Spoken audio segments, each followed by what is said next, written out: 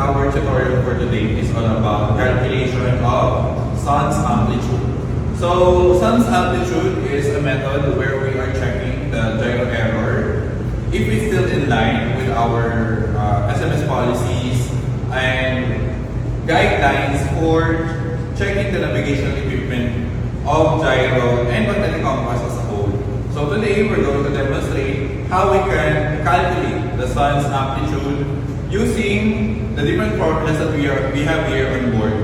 So first and foremost, we need some events that we need to get from different navigational equipment. So first is shift position. So you can get this in the GPS.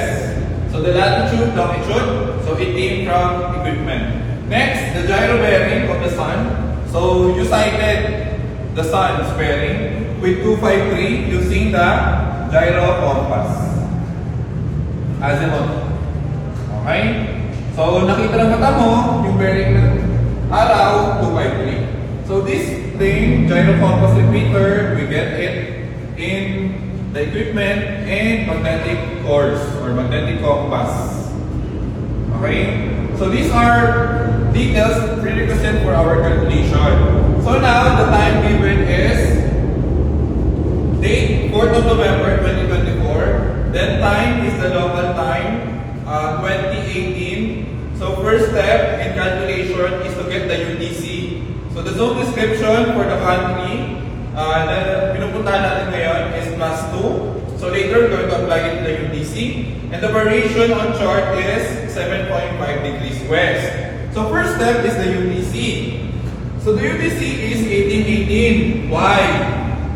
So this one, okay, local time 2018 minus 2. So 18, 00 seconds. So this is the answer, UTC. So this is a very important details so that we can use the nautical almanac. So on this juncture, we're going to move to the nautical almanac and show you where we can find the declination of the sun. Okay, so we are here in the nautical almanac. So Tena will show us where we can find the declination. So the date again is 4th of November, okay, 2024. So ayan po, no? So sa pinakadulo po yung 4th of November. So this is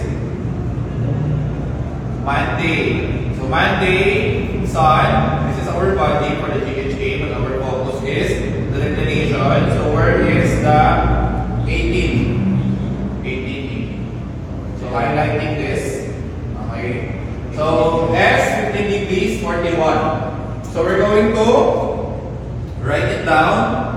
Our declination for the sun is south 15 degrees 41.0 minutes. And for the D correction, where is the D correction? Okay, ito to. So 0.8, ito siya, 0.8, ito siya nakuha. So let us understand the application of the declination.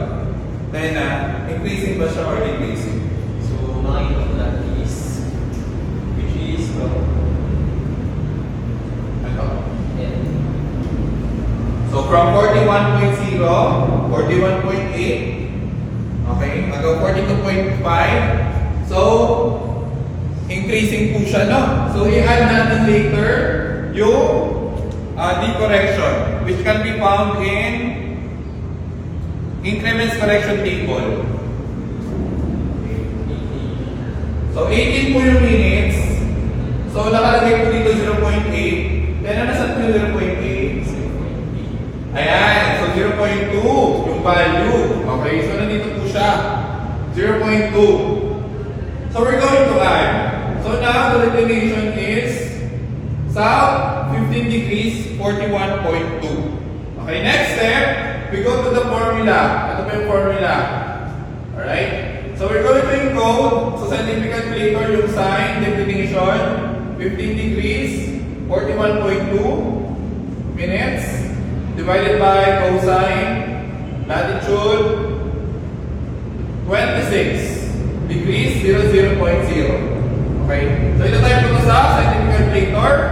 Ang magiging sagot ay 0.30082. Then i-reverse ko siya ng sign. Okay?